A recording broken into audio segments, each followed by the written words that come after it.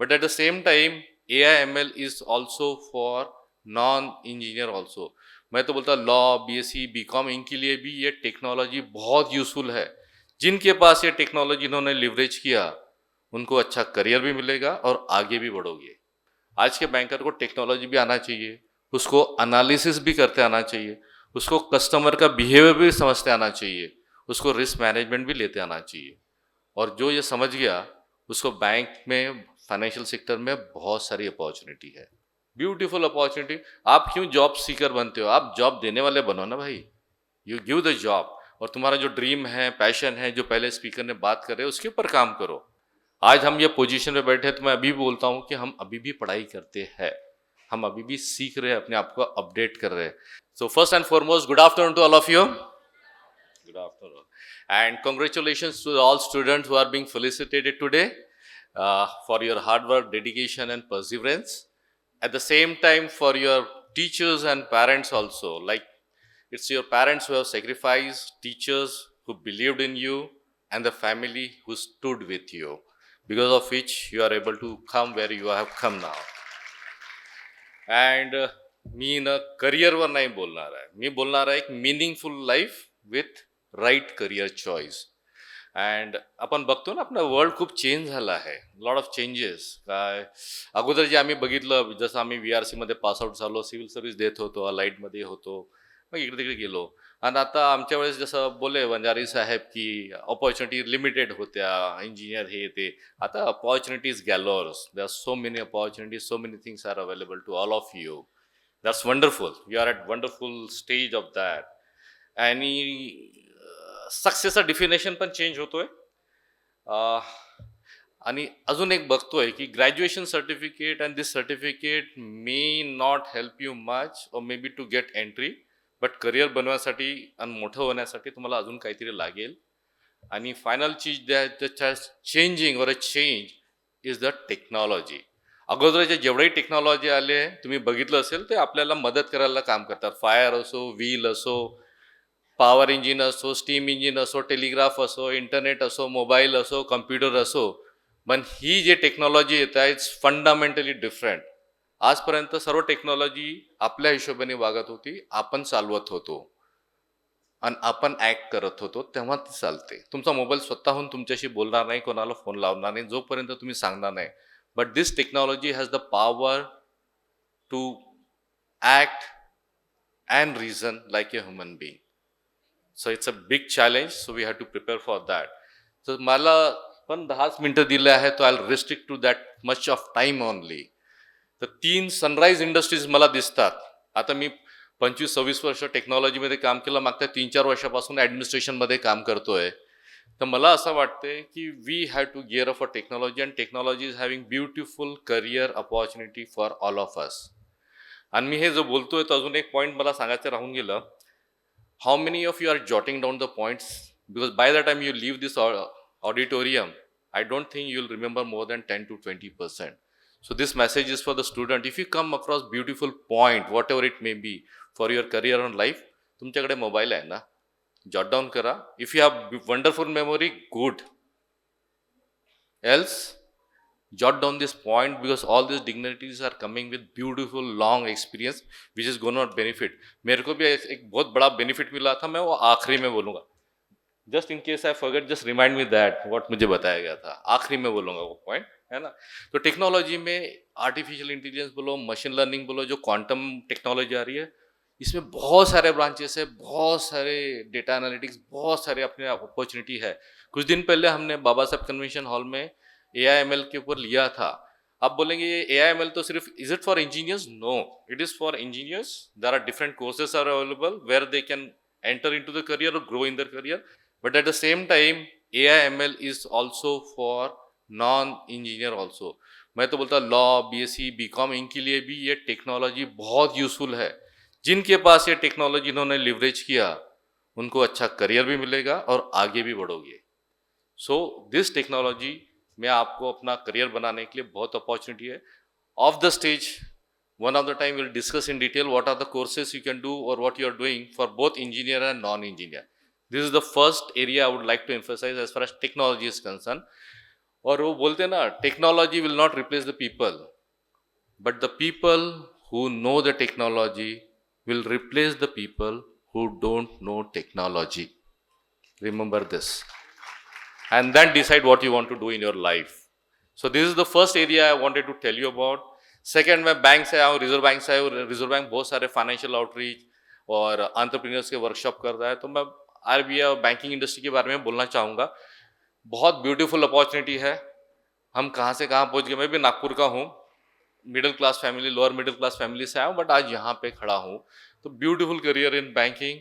और इसमें भी जैसा रिजर्व बैंक बोलो या बाकी के बैंक बोलो, तो पहले डेबिट क्रेडिट लोन देना ये काम होता था. अभी banker today is not a banker anymore.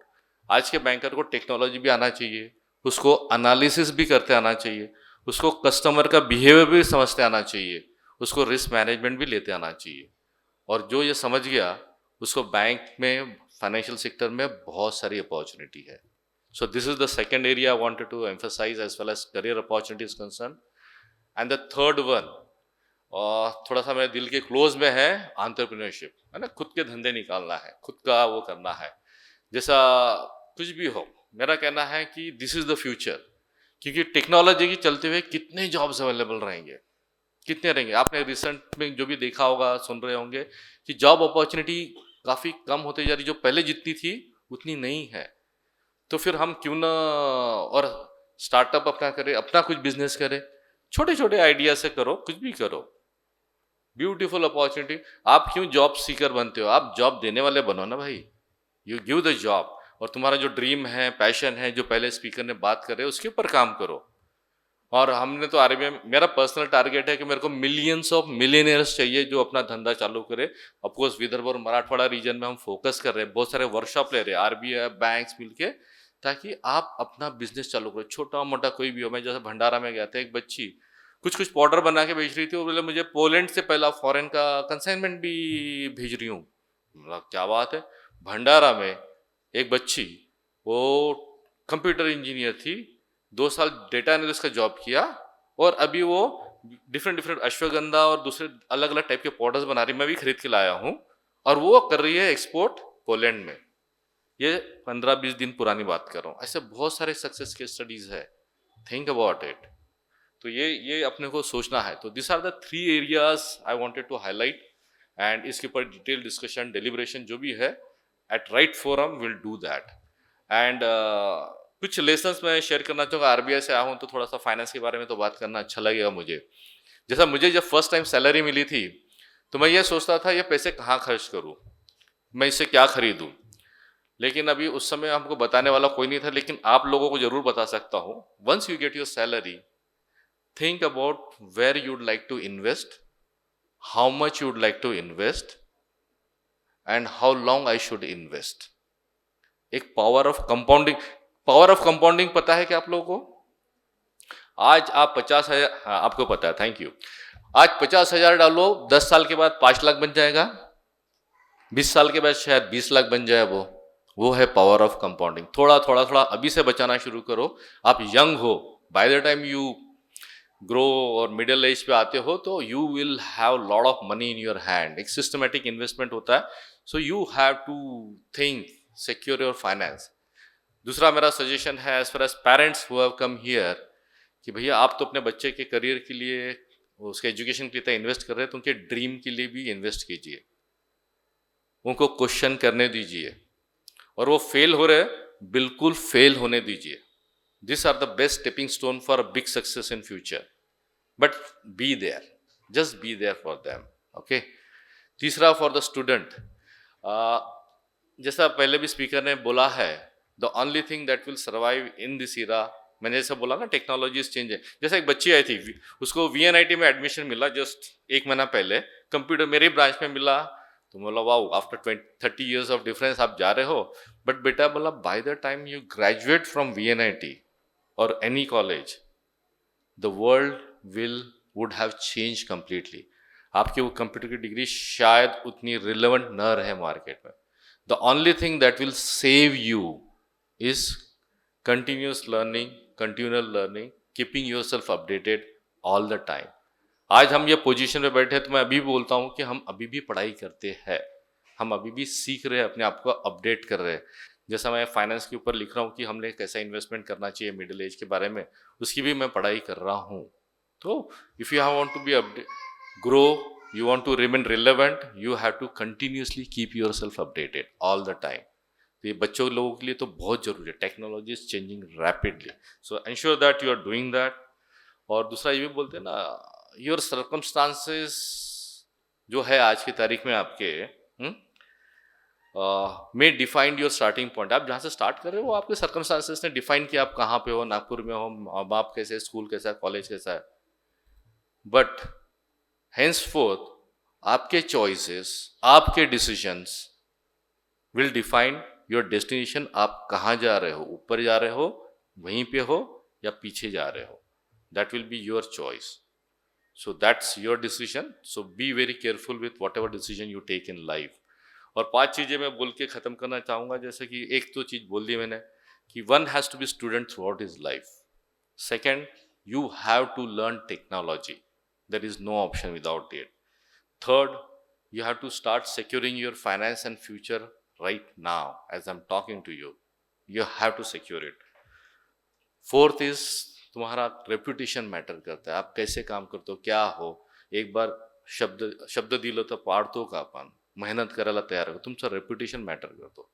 आणि last point, what ever the knowledge, what ever your gain, how it will be useful to other people, your society, your community and to the nation। ये सब लोगों ने तुम्हारे लिए बहुत किया है, आप क्या कर रहे हो, ये हमेशा याद रखना है आपको। तो इतना ही बोलूँगा मैं, और आप लोग अच्छे से पढ़ाई करके और ऊपर जाओगे, कंटिन्यूसली अपडेट रखोगे।